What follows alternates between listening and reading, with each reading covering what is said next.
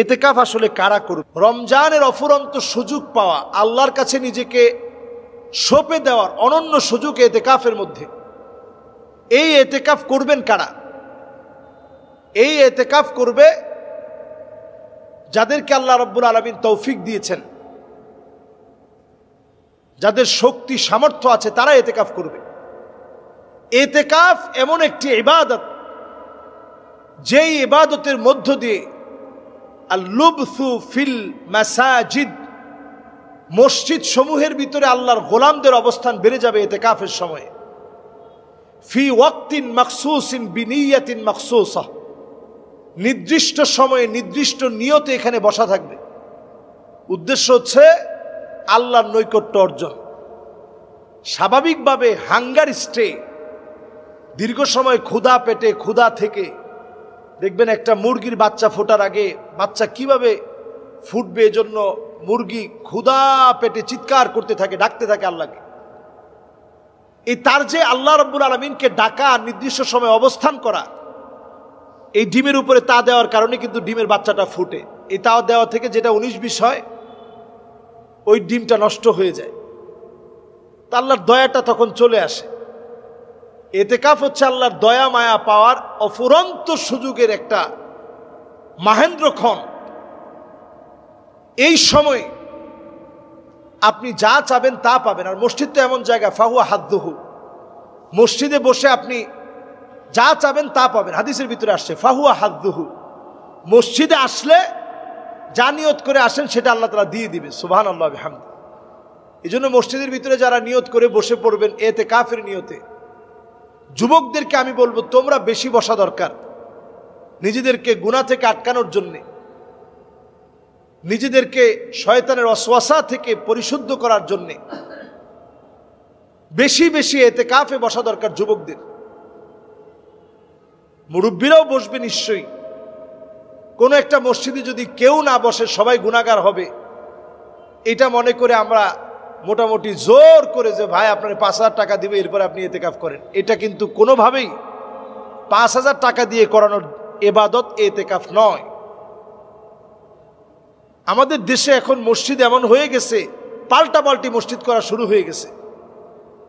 এক মসজিদে হয়েছে, এখন আমার মসজিদ তো লাগবেই, ওরা 5,000 দিছে, আমরা 10,000 দিয়ে এতেকাফ করাবো। এটা এই ইবাদত না। খুশি মনে এই ইবাদত করতে হবে, খুশি মনে, দিল থেকে আল্লাহর জন্য মসজিদে অবস্থান করা লাগবে।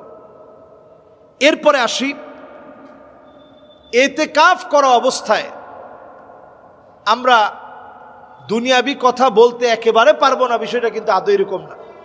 আপনি একজনে জিজ্ঞাসা করলেন, ভাই কেমন আছেন, শরীরটা কেমন, আপনার সন্তান ভালো আছে কিনা, তারা কথা শুনে কিনা, এই কথাগুলো আপনার কাছে দুনিয়াবি কথা মনে হলেও এটাও আখিরাতের কথা। সন্তানদের খবর নেওয়া, মানুষের সাথে সুন্দর অ্যাড্রেসিং, সুন্দর কথোপকথন, এগুলো সাহাবায়ে কেরাম মসজিদে শুধু করেন নাই, সাহাবায়ে কেরাম মসজিদে এই বিষয়গুলো নিয়ে কথা বলছেন। একজন আরেকজনের সন্তানরে আদর করছেন, মহব্বত করছেন, জিজ্ঞাসা করছেন, পড়াইছেন, কথোপকথন হয়েছে, সব হয়েছে। আমরা এটাকে কঠিন বানিয়ে ফেলেছি। আমরা কঠিন বানাবো না, এতেকাফ খুব সহজ। আপনি অন্য সময় যেমন মসজিদে আসেন এরকম আসবেন। হুজুর 10 দিন পারবো না, তাইলে কি হুজুর মসজিদে বসে এতেকাফের নিয়ত করা যাবে কিনা? রমজান মাসে এটা নিয়ত করবেন না, অন্যান্য সময় নিয়ত করবেন। কারণ এতেকাফের ভিতরে একটা হচ্ছে ওয়াজিব এতেকাফ। আপনি যেই এতেকাফ শুরু করছিলেন সুন্নায়ে মুআক্কাদায়ে কিফায়া, এই এতেকাফ শুরু করে আপনি এই এতেকাফ থেকে বের হয়ে গেছেন, এতেকাফ ভঙ্গ হয়ে গেছে।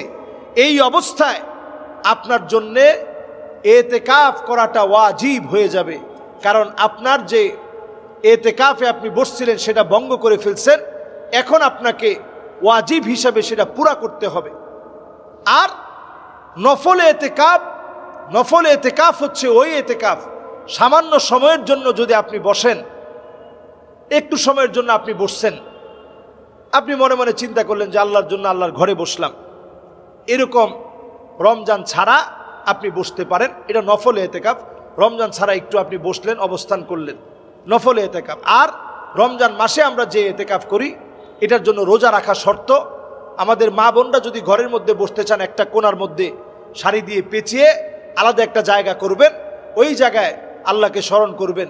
ওই সময় সন্তানাদিদেরকে যদি আপনি পড়াইতে চান পড়াইতে পারবেন, তাদেরকে গোসল করাইতে চাইলে গোসল করাইতে পারবেন, এরকম না যে আপনি দুনিয়ার কোনো কাজ করতে পারবেন না। আপনি ঘরের মধ্যে কেউ নাই, সন্তানরা আপনি অন্তত একটু কথা বলে দিয়েছেন যে বাবা তুমি টেপটা সেরে গোসলটা করো, এতে করে আপনার এতেকাফ মোটেও নষ্ট হবে না, এতেকাফ মোটেও নষ্ট হবে না। আম্মা জানরা নবীজির চুল আছড়িয়ে দিয়েছেন এতেকাফ অবস্থায়। কাজে আমাদের শরীয়তের বিষয়গুলো সহজভাবে সুন্দরভাবে বোঝা উচিত। আল্লাহ তাআলা আমাদেরকে বোঝার তৌফিক দান করুক। এবারের এতেকাফ আমাদের গুনাহ মাফের এতেকাফ হিসাবে কবুল হোক, আমিন। আসসালামু আলাইকুম ওয়া রাহমাতুল্লাহি ওয়া বারাকাতুহু।